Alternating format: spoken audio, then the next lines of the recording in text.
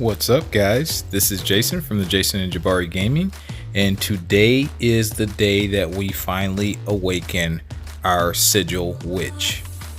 It's been a minute since we have had this champion. She is at R3, and I am very happy to awaken her. Briefly, I will scroll through her abilities real quick for you guys if you just want to hit pause or something like that. That is absolutely fine to see what her awaken ability entails. And we are going to take her out for a spin. I haven't had an opportunity to play with her very much because she's been parked on Alliance War defense.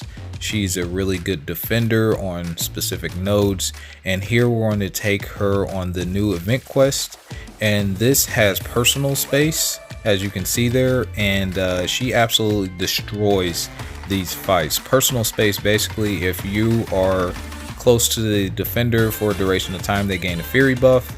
And obviously with her, if you parry, you can have a chance to convert those buffs onto yourself. So I sped up these fights because no one wants to see me do these entire paths without speeding it up. But as you can see, that special 3 absolutely decimated this hit monkey who doesn't have a lot of health, plus the degeneration, and he just drops.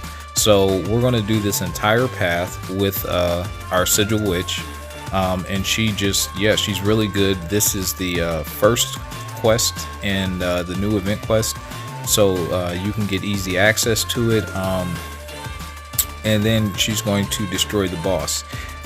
One thing that I messed up on with the boss was that he has passive unblockable, and she absolutely cannot block a passive unblockable. So that's one thing that you guys should keep in mind. She does have the unique ability to block unblockable, but it has to be an unblockable buff, and it cannot be a passive unblockable. I made that mistake a few times now, so that is why I did not record the first fight, because I was an idiot and I don't read very much, and I just kind of go in you know, half cocked, and yeah. But when I went back in, I soloed the boss pretty easy. So that's pretty much I mean, it in a nutshell. Certain champions you want to take certain ways. This Cersei, she's still relatively new. She has that glancing ability, but that is a buff. So I can parry and have the potential to steal that buff. Here I went for a special 2. I'm not really sure why I went for that special 2, but there, as you can tell, we get to a special 3 really quickly, and this is absolutely going to finish the job, and that's lights out. So that Cersei wasn't that difficult. She can be difficult, but as you can tell, even though it's sped up, these fights are relatively quick. I did not have any issues here, and yeah, so basically she, on her special 1, it gives her 2 instability charges, and the more instability charges that you have, basically the more chances you have to give your opponent buffs. The reason why that's critical, running 5 out of 5 MD here as well. So when I'm stealing those buffs, I mean, I'm just gaining a ton of power back. And this is the first time I've actually unlocked 5 out of 5 MD, and this is our last opponent, Hercules, here. So once again, no big deal. He's gaining those fury buffs from the personal space. That's absolutely cool. We go for the special 3. That's lights out. So it's just pretty phenomenal. She's gonna gain that degen, and I'm gonna do a few combos, and like I said, that's lights out. So here's the boss. He has aggression, prowess.